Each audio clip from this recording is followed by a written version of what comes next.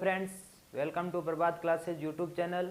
आज मैं आपके बीच एक बार पुनः एक नए वीडियो को लेकर आया हूं, जो सेल बायोलॉजी की सीरीज चल रही थी, जिसके अंतर्गत हमने शुरू में जो सेल थी उसके बारे में पढ़ा था, उसके बाद में विभिन्न जो ऑर्गेनील है उनके बारे में पढ़ा था, उसके बाद जो न्यूक्लियस हैं उसके बारे में पढ़ा था, उसके बाद में सेल डिवीजन के अंतर्गत हमने जो एक क्लास थी पिछली कक्षा के अंतर्गत उसमें हमने माइटोसिस का अध्ययन कर लिया है। आज हम उससे आगे मियोसिस का अध्ययन करेंगे। ये जो सेल बायोलॉजी है उसकी जो लास्ट वीडियो है, तो आप सभी जो नए हैं वो व्यक्ति जो आपके सेल बायोलॉजी के जितने भी वीडियो हैं वो आई बटन पे जाके देख ले, या फिर जो डिस्क्रिप्शन में इनके लिंक भी प्राप्त हैं उससे जाके भी देख ले। तो आज की क्लास स्टार्ट करते हैं। आज की क्लास है मियोसिस यानी अर्धसूत्री विभाजन। तो अर्धसूत्री विभाजन के अंतर्गत जितने भी प्रकार के अर्धसूत्री विभाजन होते हैं उसके अंतर्गत डीएनए व जो क्रोमोसोम के नंबर है वो आधे हो जाते हैं। क्या होते हैं? नंबर ऑफ डीएनए क्या होता है? नंबर ऑफ डीएनए और जो क्रोमोसोम के नंबर है, क्रोमोसोम की संख्या है वो क्या हो जाती है? आधी हो जाती है। क्या हो जाती है? आधी। उसे ही तो अर्धसूत्री विभाजन कहते हैं। इन्हें क्या कहते हैं? अर्धसूत्री विभाजन कहते हैं। यानी आधी हो जाना किसका? नंबर ऑफ डीएनए यानी डीएनए की संख्या का, और जो गुणसूत्र हैं उनकी संख्या का आधा हो जाना है, उसे क्या बोलते हैं? आपके मियोसिस कहते हैं। उसके बाद में जैसे मैं लेता हूँ ह्यूमन सेल होती है, नॉर्मल ह्यूमन सेल जो सोमेटिक सेल होती है, उसके अंदर क्रोमोसोम कितने होते हैं? 46। कितने होते हैं? 46 क्रोमोसोम या 23 पेयर होते हैं। और 2C क्या होती है? आपके जो आपके डीएनए की मात्रा होती है। डीएनए की मात्रा तो कितनी होती है? 2C। और नंबर ऑफ क्रोमोसोम कितने होते हैं? 46 होते हैं। ठीक है। इसके बाद मियोसिस 1 हो गया। मियोसिस होता है दो पार्ट में डिवाइड होता है। पहला होता है मियोसिस फर्स्ट। ये क्या है? Meiosis first. मियोसिस फर्स्ट के अंदर क्या होगा? डीएनए रेप्लिकेशन होगा। डीएनए रेप्लिकेशन होगा, जैसे यहाँ पर डीएनए रेप्लिकेशन होगा तो 23/2C, यहाँ भी 23/2C। ठीक है। क्या आ जाएगा? 23/2C। उसके बाद में इसके अंदर और मियोसिस 2 होगा। क्या होगा? Meiosis second. कौन सा होगा? मियोसिस सेकेंड होगा, जिसके अंदर सेंट्रोमियर डिवाइड होगा। कौन होगा? सेंट्रोमियर डिवाइड होगा, और 23/C, 23/C, और इसी के अंदर एयर टूटेगा तो 4 डॉटर जो सेल होती हैं प्राप्त होती हैं। एक सेल होती है वो डिवाइड हो गई, 4 डॉटर सेल प्राप्त होती है। यानी मियोसिस के अंतर्गत एक जो पिछली कक्षा में ये भी बताया था कि ये जो अर्धसूत्री विभाजन होता है किसके अंदर होता है? केवल और केवल इवन नंबर के अंदर होता है। जैसे 2n होता है तो इसके मैं अर्धसूत्री विभाजन कराऊंगा तो इसके अंदर 4 प्रकार की सेल बनेगी, n, haploid, haploid, haploid, haploid. जैसे आपने देखा होगा पीजीसी होती है, प्रीमोर्डियल जर्म सेल, उसके अंदर क्या होता है? मियोसिस होता है। तो 4 प्रकार के स्पर्म बनते हैं। तो कितने प्रकार के? जो एक थी उसके से कितने बन रहे थे? 4 प्रकार के स्पर्म बन रहे थे। कितने प्रकार के स्पर्म बन रहे थे? 4 प्रकार। ये क्या है? पीजीसी। तो आपको याद रखना है कि मियोसिस के किससे कहते हैं। उसके बाद में जो मियोसिस फर्स्ट है उसका अध्ययन करते हैं। मियोसिस फर्स्ट को नंबर जो क्रोमोसोम का बिहेवियर है उसके आधार पर 5 भागों में बांटा गया है। यानी ऑन द बेसिस ऑफ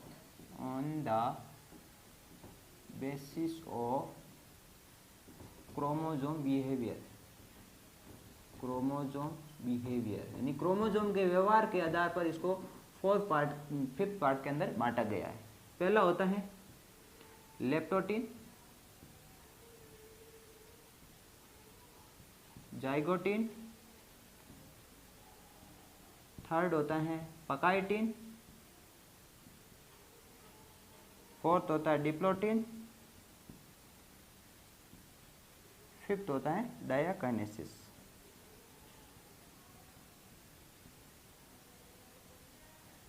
ये किसके पार्ट हैं? प्रोफेज 1 के। 5 पार्ट किसके हैं? प्रोफेज 1 के। प्रोफेज 1। ठीक है।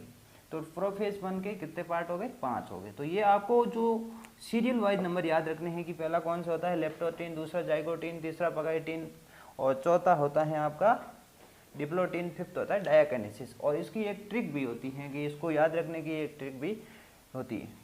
क्या है? लालू जाए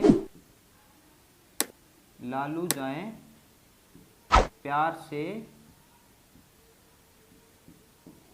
दीपिका देखें, लालू जाए प्यार से दीपिका देखें। ये ट्रिक आप इस ट्रिक की मदद से याद कर सकते हैं। ऐसा नहीं कि ये याद रह गई, ये याद नहीं हुआ, ये इसकी ट्रिक है याद करने की। लालू जाए प्यार से दीपिका देखें, यानी लेप्टोटीन, जाइगोटीन, पकाइटीन, डिप्लोटीन एंड डायाकाइनेसिस। तो ये 8 ट्रिक हैं। इस ट्रिक की मदद से आपको ये सीरियल वाइज, क्रम वाइज इसको ध्यान रखना है। अब अपन एक एक करके जो यहाँ पर प्रोफेज 1 की एक एक करके स्टेजेज हैं उसका अध्ययन करते हैं, क्योंकि ये सबसे इंपॉर्टेंट स्टेज होती है म्यूसिस 1 की।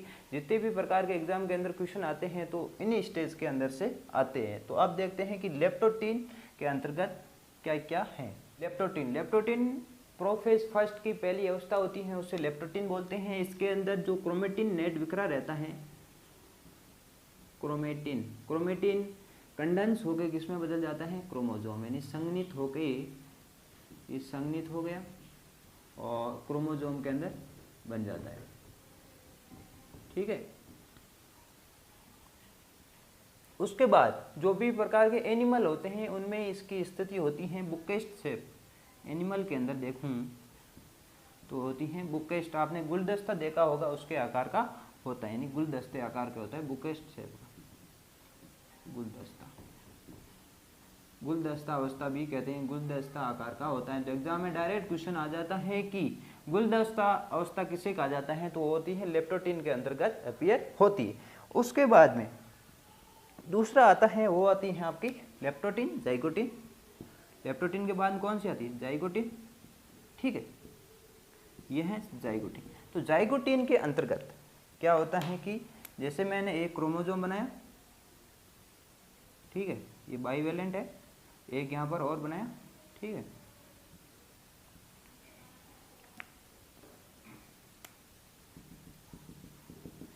तो इनके मध्य क्या होगा, पेयरिंग प्रोसेस होगा, पेयरिंग प्रोसेस। इसे क्या बोलते हैं, सिनेप्सिस बोलते हैं। क्या बोलते हैं, सिनेप्सिस। यानी सिनेप्सिस किसके अंतर्गत होता है, जाइगोटीन अवस्था के अंतर्गत होता है। और इनके मध्य क्या बन जाता है, सिनेप्टोनेमियल कॉम्प्लेक्स। बहुत इंपॉर्टेंट चीज है, सिनेप्टोनेमल कॉम्प्लेक्स। एग्जाम में डायरेक्ट क्वेश्चन आता है कि सिनेप्टोनेमल कॉम्प्लेक्स किस स्टेज के अंदर बनता है, तो वो बनता है जाइगोटीन जो स्टेज होती है उसके अंदर क्या बनता है, सिनेप्टोनेमल कॉम्प्लेक्स बनता है। उसके बाद में एक और चीज, इंपॉर्टेंट चीज आती है कि एक bivalent is equal to 2 chromosome, ठीक है, और एक बाईवेलेंट इज इक्वल टू क्या होता है, एक 1 tetrad is equal to 4 chromatid. ये बहुत ही इंपॉर्टेंट आपको याद रखना है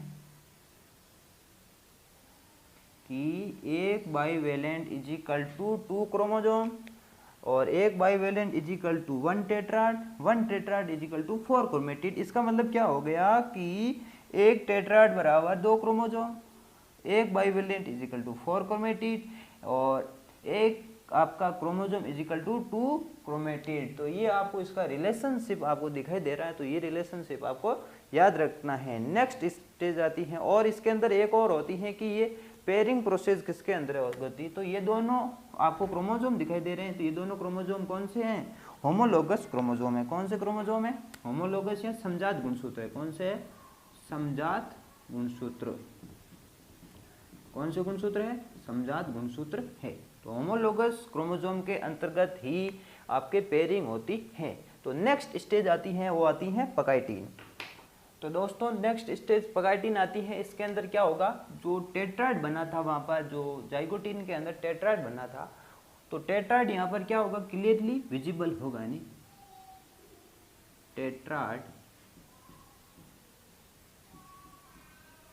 क्लियरली विजिबल, ठीक है, स्पष्ट दिखेगा। यहाँ पर जो टेट्राड बना था वो स्पष्ट रूप से दिखेगा। और ये बहुत ही इंपॉर्टेंट स्टेज होती है, इसके अंदर क्या होती है, जीन क्रॉसिंग होती है। जीन क्रॉसिंग क्या होती है कि भाई एक पेरेंट हो गया और एक क्या होता है, पेरेंट के अंदर कुछ जीन होते हैं वो किसके आते हैं, माता के, कुछ आते हैं फादर के। तो दोनों के जो ऑफ स्प्रिंग आएगी यानी बच्चा पैदा होगा उसके अंतर्गत दोनों के क्या आते हैं, लक्षण आते हैं। तो दोनों के आधा जो पेरेंट के आधा फादर के आएंगे, आधा मदर के आएंगे। तो जीन क्रॉसिंग किस स्टेज के अंदर होता है, म्यूसिस की पकैटिन स्टेज होती है। फर्स्ट म्यूसिस फर्स्ट के प्रोफेज 1 की पकैटिन स्टेज के अंदर जीन क्रॉसिंग होती है, जिसके द्वारा क्या होता है कि आधा जो फादर के कैरेक्टर आते हैं और आधा मदर के कैरेक्टर आते हैं। तो किस स्टेज के अंदर आते हैं, पकैटिन स्टेज के अंदर आते हैं। तो नेक्स्ट आती है आपकी डिप्लोटीन। नेक्स्ट स्टेज है डिप्लोटीन, ठीक है। नेक्स्ट स्टेज कौन सी हो गई, डिप्लोटीन हो गई। तो इसके अंदर जो आपके पहले जो जाइगोटीन थी उसके अंतर्गत सिनेप्टोनेमियल कॉम्प्लेक्स बना था, तो यहाँ पर सिनेप्टोनेमियल कॉम्प्लेक्स क्या होगा, टूटेगा। सिनेप्टोनोमल कॉम्प्लेक्स क्या होगा, टूटेगा, ठीक है। क्या होगा, टूटेगा। टूटना क्या हो जाएगा, स्टार्ट हो जाएगा। सिनेप्टोनेमियल कॉम्प्लेक्स क्या हो जाएगा, यहाँ पर टूटना स्टार्ट हो जाएगा, जो जाइगोटीन के अंतर्गत बनना था। उसके बाद में बात करूं तो डिप्लोटीन, मैंने जो ह्यूमन रिप्रोडक्शन पढ़ाया था उसके अंतर्गत मैंने भी बताया था डिप्लोटीन के अंदर क्या होता है कि जो म्यूसिस 1 होता है, म्यूसिस 1 की जो डिप्लोटीन स्टेज होती है उसके अंतर्गत आके रुक जाता है जब तक कि प्यूबर्टी नहीं आती, यानी कई वर्षों तक डिप्लोटीन स्टेज के अंदर जो वर्टिब्री का एग होता है ना, वो क्या हो जाता है, इसके अंदर आके रुक जाता है। नहीं, ये कई वर्षों तक इस स्टेज के अंदर रुक जाता है जब तक कि प्यूबर्टी नहीं आए। प्यूबर्टी जो गर्ल्स होती है उसमें प्यूबर्टी लगभग 12 से 13 ईयर के बाद आती है, तो ये आपको याद रखना है। और फिफ्थ जो आती है स्टेज आती है उसका नाम है डायाकाइनेसिस। क्या है, डायाकाइनेसिस। कौन सी है, डायाकाइनेसिस। तो डायाकाइनेसिस की बात करूं मैं तो इसके अंदर क्या होगा, काइज़माटा बना था, जो पकाइटिन स्टेज के अंदर काइज़माटा बना था वो भी यहाँ पर टूटेगा। काइज़माटा का टूटना, काइज़माटा का भी यहाँ पर क्या होगा, विघटन होता है। किसके अंतर्गत होता है, आपके डायाकाइनेसिस के अंदर किसका विघटन होता है, आपके काइज़माटा का। उसके बाद में प्रोफेज है, तो प्रोफेज के अंदर क्या होता है, nuclear membrane, Golgi body, ER and nucleolus क्या हो जाएंगे, 4 चीजें क्या हो जाती है, गायब हो जाती है और वापस ये रीअपियर किस में होती हैं, आपके टेलोफेज अवस्था के अंदर ये रीअपियर होती हैं। तो ये 5 स्टेज आपके कंप्लीट हो गई है। उसके बाद में आपके मेटाफेज, उस metaphase first, anaphase first and telophase first का अध्ययन करते हैं। तो दोस्तों नेक्स्ट जो आता है मेटाफेज 1, एनाफेज 1 एंड टेलोफेज 1 को मैंने तीनों के यहाँ पर साथ में बना दी क्योंकि इसके अंदर कोई इंपॉर्टेंट ज़्यादा पॉइंट है नहीं। तो यहाँ पर आप देखना एनाफेज फर्स्ट के अंदर ये होता है आपका सेंट्रियोल जो एक दूसरे के क्या होते हैं, परपेंडिकुलर होते हैं और इससे बहुत सारी एक्स्टर्नल रेज निकलती हैं और एक एक्स्टर्नल रेज निकल के यहाँ से स्पिंडल फाइबर बना देता है। ये एक स्पिंडल फाइबर, यहाँ पर थोड़ा ध्यान देना। और दूसरा स्पिंडल फाइबर मैं बनाता हूँ, ये बनाया दूसरा स्पिंडल फाइबर, ठीक है।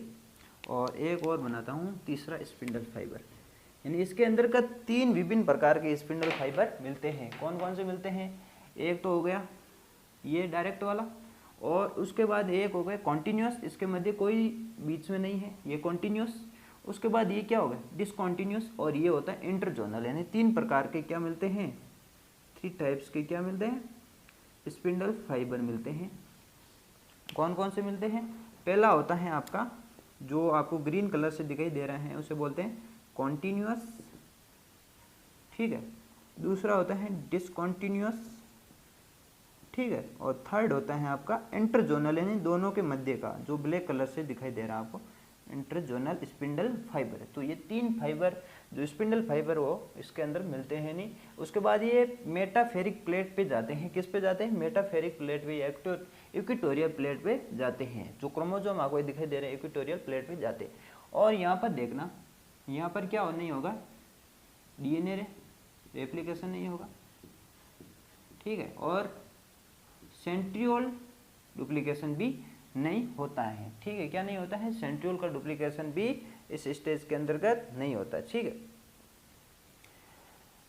उसके बाद में बात करें तो इसके अंतर्गत समजात गुणसूत्रों का पृथक्करण होता है। समजात गुणसूत्र का क्या होता है, पृथक्करण, यानी अलग होते हैं। जो होमोलोगस क्रोमोसोम है वो क्या होते हैं, अलग होते हैं। उसके बाद में यहाँ पर टीलोफेज फर्स्ट, टीलोफेज फर्स्ट के अंतर्गत आपको दिखाई दे रहा है कि यहाँ पर 23/2C, 23/2C, और इससे दो प्रकार की डॉटर सेल बन जाएगी। तो ये तो क्या हो गए, दो सेल बन गई। यहाँ पर जो टीलोफेज फर्स्ट है उसके अंतर्गत दो डॉटर सेल बन गई। अपन को तो क्या बनानी, चार डॉटर सेल बनानी है, दो और, तभी तो म्यूसिस सेकंड आएगा। तो अब म्यूसिस सेकंड की स्टार्ट करते हैं। तो यहाँ पर G1 एंटर काइनेसिस, G1S और G2, तो इसके अंदर G1S और G2, इसके अंदर डीएनए रेप्लिकेशन नहीं होगा, क्योंकि जो म्यूसिस 1 से पहले था उसके अंतर्गत हो गया था, यानी डीएनए रेप्लिकेशन इसके अंतर्गत नहीं होगा, डीएनए रेप्लिकेशन नहीं होगा। उसके बाद जो यहाँ पर डीएनए रेप्लिकेशन नहीं होगा, उसके बाद में prophase second, metaphase second, anaphase second and telophase second. उसके बाद में दो प्रकार की क्या बनेगी, और डॉटर सेल बनेगी। तो टोटल कितनी बन जाएगी, चार डॉटर सेल बन जाएगी। तो मैं बात करता हूँ प्रोफेज सेकेंड की।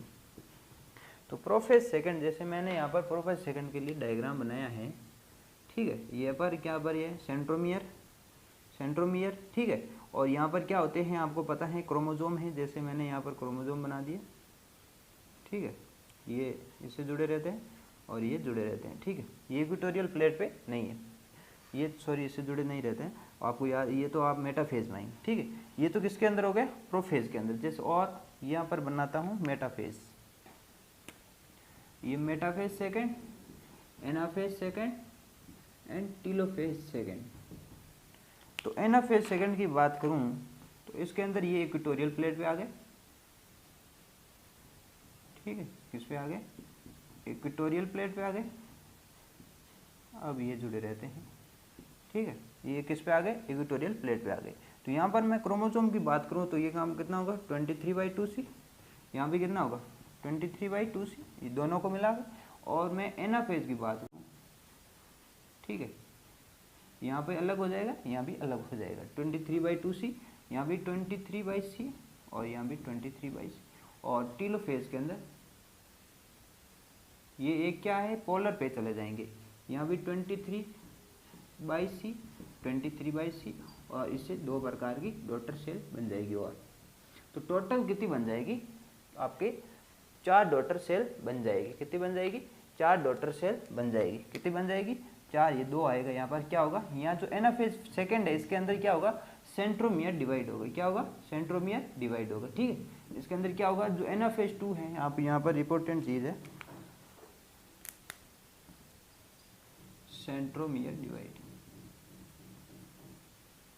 सेंट्रोमियर डिवाइड होगा तो क्या हो जाएगा, नंबर ऑफ क्रोमोसोम डबल, क्या हो जाएगा, number of chromosome double, number of chromosome क्या हो जाएंगे, डबल।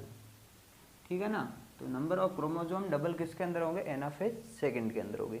उसके बाद में मैं मैथो की बात करता हूँ। उसके बाद में जो इसके जो अर्धसूत्री विभाजन है उसके क्या क्या मैथो होते हैं। तो अब देखते हैं कि अर्धसूत्री विभाजन के क्या क्या मैथो होते हैं। तो अर्धसूत्री विभाजन के मैथो की बात करता हूँ तो पहले ये इसका मैथो क्या होता है कि ये गैमीट फॉर्मेशन में काम आता है। गैमीट फॉर्मेशन म्यूसिस की मदद से ही होता है। तो मैंने ह्यूमन रिप्रोडक्शन बताया तो उसमें पूरी डिटेल से कैसे गैमीट बनते हैं तो वहाँ पर बताया, तो आप जाके भी वहाँ पर देख सकते हैं। गैमीट फॉर्मेशन यानी युग्मक निर्माण। तो युग्मक कैसे बनता है, पहले आती है पीजीसी प्रिमोर्डियल जर्म सेल, कैसे होती है 2n, ये आ गई 2n, जो यहाँ पर मेल और फीमेल मैंने दोनों ले लिया, ये 2n। इसके अंदर क्या होगा, म्यूसिस हुआ, n बना, हैप्लॉइड बना। ठीक है, इसके अंदर क्या होगा, म्यूसिस होगा, क्या होगा, म्यूसिस। ठीक है, म्यूसिस होने के बाद हैप्लॉइड बना, और इन दोनों का क्या हो जाएगा फिर फर्टिलाइजेशन, और फिर 2n जाइगोट बन जाएगा। यहाँ पर क्या होगा, फर्टिलाइजेशन।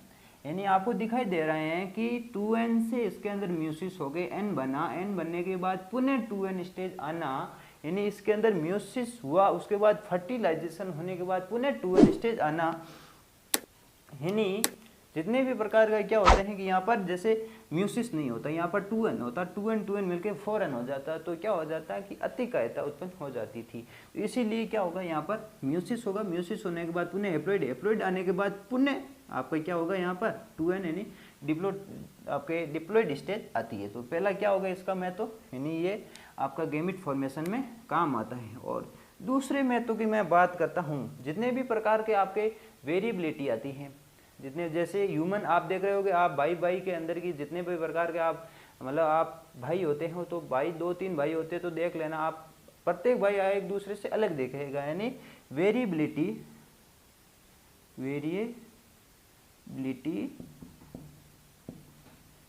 Among same species. जैसे ह्यूमन की बात करता हूँ, यानी होमो सेपियंस की मैं बात करता हूँ, तो प्रत्येक व्यक्ति एक दूसरे से अलग दिखता है। तो क्यों, किस कारण से दिखता है, ये म्यूसिस की वजह से ही दिखता है। यदि म्यूसिस नहीं होता तो क्या होता, जैसा फादर होता है वैसे ही तो डॉटर होता है, मतलब सब स्पीसीज एक जैसी होती। तो वेरिएबिलिटी यानी एक दूसरे जितने भी चेहरे अलग होते हैं, आंखों के कलर, चेहरे का कलर, शकल, सब चीज़ अलग किस कारण से होती है, आपके म्यूसिस की वजह से होती है। थर्ड इसका आता है, वो आता है इवोल्यूशन। जो इवोल्यूशन, ह्यूमन का इवोल्यूशन हुआ, यानी जीव का कैसे इवोल्यूशन हुआ, कैसे जीव पैदा हुआ, ठीक है। तो इवोल्यूशन में हेल्प करता है, यानी इससे वेरिएबिलिटी आती है। तो वेरिएबिलिटी से ही जो एनिमल बने, यानी ऑर्गेनिज्म आया, शुरुआत में प्रोटोसेल आई, यानी जो इनऑर्गेनिक मटेरियल्स था उससे ही तो जीव बना है। तो मैं आपको इवोल्यूशन पढ़ाऊंगा, तो उसमें बताऊंगा कि जीवन की उत्पत्ति कैसे हुई है, किसी जीवित जीव से किसी जीवित जीव से थोड़ी उत्पन्न हुई है। आपने जैसे यहाँ पर कॉम्प्लेक्स बॉडी दिखाई दे रही है, किसी पहले थोड़ी ना था कि भाई ऐसा कोई आदमी था, पहले इनऑर्गेनिक जो जैसे कार्बन है उससे अपन इस बॉडी का निर्माण हुआ। तो मैं आपको इवोल्यूशन के अंदर डिटेल से बताऊंगा। यानी इवोल्यूशन के अंदर हेल्प कौन करता है, म्यूसिस। म्यूसिस की वजह से इवोल्यूशन हुआ, यानी विकास में कौन इम्पोर्टेंट जो रोल पैदा कर रहा है, वो म्यूसिस कर रहा है। उसके बाद में मैं यहाँ पर 2 क्वेश्चन कराऊंगा आपको, 2 इंपॉर्टेंट क्वेश्चन आते हैं कि म्यूसिस से रिलेटेड क्वेश्चन आ जाते हैं। म्यूसिस और माइटोसिस, सेल डिवीजन से कभी कभार क्या आ जाते हैं, न्यूमेरिकल क्वेश्चन आ जाते, तो न्यूमेरिकल क्वेश्चन देखते हैं। तो क्वेश्चन ये है कि अगर एक कोशिका प्रोफेज फर्स्ट में 30 टेट्राड मिलते हैं तो एनाफेज फर्स्ट व सेकंड में हर ध्रुव पर कितने मिलेंगे।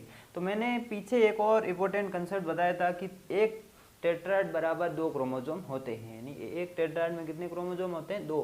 तो जैसे यहाँ पर प्रोफेज फर्स्ट है, तो प्रोफेज फर्स्ट के अंदर कितने मिल रहे थे, 30 टेट्राड मतलब 60 क्रोमोसोम। एनाफेज सेकंड के अंदर भी तो 60 मिलेंगे, 30 इधर 30 इधर, यानी इक्वेटोरियल प्लेट पे आ गए। और उसके बाद सॉरी मेटाफेज है, मेटाफेज फर्स्ट, उसके बाद में एनाफेज फर्स्ट के अंदर भी तो इक्वेटोरियल पे 30, ठीक है। उसके बाद में टीलोफेज फर्स्ट, ये डिवाइड हो गई 30 और 30। उसके बाद में मैं प्रोफेज सेकंड की बात करता हूँ, ठीक है। Prophase second, metaphase second, anaphase second, उसके बाद टीलोफेज सेकंड।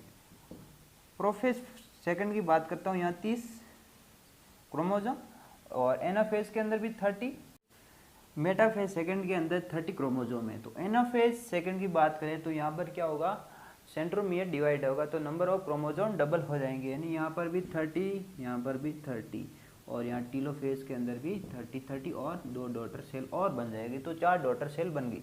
तो क्वेश्चन ये कह रहा है कि प्रत्येक ध्रुव पर कितने गुणसूत्र बनेंगे, तो 2, ये इसका ध्रुव है, तो प्रत्येक में कितने बन रहे हैं, 30 बन रहे, तो प्रत्येक के ध्रुव पर 30 क्रोमोसोम बनेंगे। तो अब नेक्स्ट क्वेश्चन है, अगर हमें 128 सेल बनानी है तो प्रत्येक कोशिका से कितनी बार समसूत्री विभाजन करना पड़ेगा। पहले ये समझ लेते हैं कि समसूत्री विभाजन कैसे होता है। जैसे ये एक सेल से 2, अब ये डिवाइड होगी 4, ये और डिवाइड होगी 8, ठीक है। जैसे यहाँ पर कितनी, एक समसूत्री विभाजन होने के बाद 2, दूसरे में 4, तीसरे में 8, 16, 32, 64, ठीक है, 128। तो हमें क्या बनाना है कि समसूत्री विभाजन कराना है। समसूत्री का फॉर्मूला होता है 2n बराबर नंबर ऑफ सेल कितनी 128। तो 128 के लिए कितनी बार समसूत्री हो, 1 बार, 2 बार, 3 बार, 4 बार, 5 बार, 6 बार, 7 बार, तभी 128 सेल बनी। यानी 2n बराबर 2⁷ लिख सकता हूँ 128 को। तो n की वैल्यू कितनी हो गई 7, यानी 7 बार समसूत्री विभाजन कराना पड़ेगा हमें। एक 128 सेल को बनाने के लिए हमें 7 बार समसूत्री विभाजन कराना पड़ेगा। तो आज की क्लास के अंतर्गत हमने म्यूसिस के बारे में पूरी डिटेल से स्टडी किया है। तो इसी के साथ हमारा जो सेल बायोलॉजी की जो भी सीरीज चल रही थी यूट्यूब पे, तो वो पूरी हो जाती है। तो आपने जितने भी कोई भी वीडियो नहीं देखे तो आप वीडियो देख सकते हैं।